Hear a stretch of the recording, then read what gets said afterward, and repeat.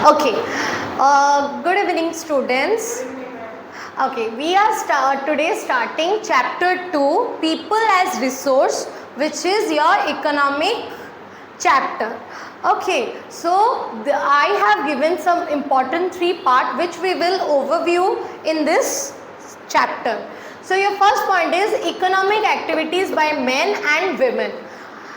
तो what do you mean by economic activities? आप सबको क्या समझ आता है जब हम बोलते हैं economic activities? Development and yes, it also with development it also come with wealth and financial gain, यानी प्रॉफिट. आपको फाइनेंशियल प्रॉफिट भी देता है, एक इंडिविजुअल का डेवलपमेंट भी होता है विद सम वेल्थ, है ना. वो मेन हो या वुमेन हो, दोनों के लिए डेवलपमेंट का भी जो हम वर्ड यूज़ करते हैं वो अलग अलग होता है. फॉर अ मेन डेवलपमेंट यानी घर हो गया, पैसा आ गया, कार हो गया, बंगला हो गया, ये सब डेवलपमेंट होता है. बट हम जब आते हैं विमेन के ऊपर, उनके लिए वे डेवलपमेंट कुछ अलग होता है. जैसे कि फ्रीडम, पहला चीज़. जैसे कि आप लोग रात के 12 बजे घूम लेते हो, 10 बजे घूम लेते हो, बट विमेंस नहीं घूम पाते हैं. उनके लिए डेवलपमेंट का नज़रिया क्या है? अलग है. तो हम फिर आते हैं टॉपिक पे. इकोनॉमिक एक्टिविटीज़ फिर कुछ सेक्टर्स में बटा है ना. तो पहला सेक्टर क्या है उसका? Yes, primary sector. Then second one is secondary sector. Then third one is tertiary sector. तो फर्स्ट प्राइमरी सेक्टर से क्या समझते हो? Yes, agriculture, forest, animal husbandry, all this goes under your primary sector, जहाँ से आपको प्रोडक्शन ज़्यादातर होता है ना. एग्रीकल्चर से हो या फॉरेस्ट से हो, all this come under your primary, पहला जो सेक्टर आपका होता है. Next is coming your secondary sector, जिसमें ज़्यादातर क्या रहता है? मैन्युफैक्चरिंग रहता है ना. ज़्यादातर मैन्युफैक्चरिंग होता है, वो इंडस्ट्रीज़ का हो या जो भी हो. Next we are coming to your third part which is tertiary sector. Tertiary sector के अंदर फिर क्या आता है आपका? ट्रांसपोर्ट आता है, कम्युनिकेशन आता है, ट्रेड आता है, बिजनेस आता है. All this come under your tertiary sector. Next we are coming to two parts of economic activities. One is your market activities, another one is your yes. तो market activities क्या होता है? हाँ, जो प्रोडक्शन होता है सर्विस का हो, गुड्स का हो, वो गवर्नमेंट के अंडर होता है या इंक्लूडिंग गवर्नमेंट सर्विसेज, उसको हम क्या बोलते हैं? Market activities. फिर नेक्स्ट हम आते हैं नॉन मार्केट एक्टिविटीज़. तो नॉन मार्केट एक्टिविटीज़ क्या होता है आपका? प्रोडक्शन होता है, सर्विसेज होता है, सब होता है. गुड्स प्रोडक्शन होता है किसका? सर्विसेज और गुड का. बट वो किस लिए होता है? सेल्फ कंज्यूम के लिए, सेल्फ खुद के लिए सिर्फ होता है. वो ऐसे ज़्यादातर ऐसे नहीं बिजनेस के लिए पर्पज़ में नहीं करते हैं. जैसे आप एक बगीचे में एक आम लगाओगे, उसको थोड़ी आप बिजनेस पर्पज़ में लोगे, खुद के कंज्यूम के लिए लोगे ना, वही. फिर हम आते हैं टॉपिक के सेकंड पार्ट को, which is your quality of population. तो क्वालिटी ऑफ पॉपुलेशन क्या है? आपका वो है जो कि आपका एक कंट्री का लिटरेसी और हेल्थ, वो रेट क्या करता है? शो करता है. एक कंट्री का लिटरेसी और हेल्थ शो करता है. लिटरेसी यानी एजुकेटेड एंड नॉन एजुकेटेड, जो कम एजुकेटेड है, all this come under literacy rate के अंदर आपका आता है. और हेल्थ में क्या आता है? कितने हेल्दी हैं, कितने क्या आते हैं अनहेल्दी हैं, वो रेट आपका शो करता है क्वालिटी ऑफ पॉपुलेशन में. क्योंकि ज़्यादातर हम इन्वेस्ट किस में करते हैं? पापा हो आप, मम्मी आप लोगों के किसके लिए ज़्यादा इन्वेस्ट करते हैं? एजुकेशन और हेल्थ के लिए ज़्यादा इन्वेस्टमेंट करते हैं, बिकॉज वही आपका प्राइमरी पार्ट है जो कि आपको ज़्यादा फ्यूचर में प्रॉफिट देगा. फिर हम आते हैं the last topic of this part which is unemployment. Unemployment मतलब क्या है बताओ? Any idea?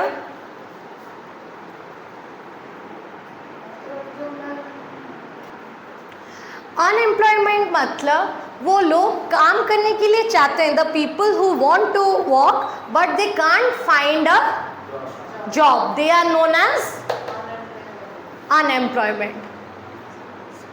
Next we are coming to unemployment is also divided into two part. One is your unemployment का दो पार्ट क्या है, एक है सीजनल अनएम्प्लॉयमेंट, दूसरा है डिस्गाइज्ड अनएम्प्लॉयमेंट.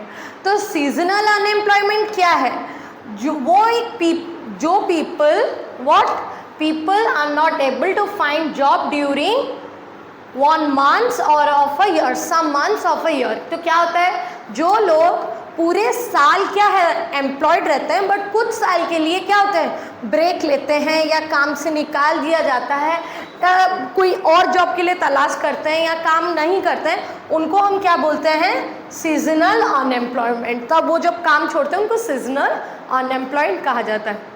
डिस्गाइज्ड अनएम्प्लॉयड मतलब क्या होता है आपका, वो जो people happen when people appear to be employed. Example, अगर एक फील्ड को हम क्या करने चाहें, अगर वो एक फील्ड को हम एग्रीकल्चर के लिए यूज़ कर रहे हैं, उसके लिए हमें 6 लोगों के लिए 6 लोग अगर उसमें अपना टाइम देंगे तो वो काम हो जाएगा. फिर भी हम अगर उनमें 9 लोगों को इन्वॉल्व कर रहे हैं वो काम के लिए, तो 3 एक्स्ट्रा हो रहे हैं, उनको हम काम दे रहे हैं, बट 3 की कोई ज़रूरत नहीं. बट 3 लोग अगर आएंगे भी, there will be no loss, है ना. या तो प्रोडक्शन में अगर वो 3 लोग को रिमूव भी किया जाता है, प्रोडक्शन में कुछ प्रॉब्लम नहीं होगा, या तो वो 3 लोग को ऐड करते हैं तो हमें उनको क्या करना पड़ता है, ज़्यादा पैसा देना पड़ता है. On this example we said these are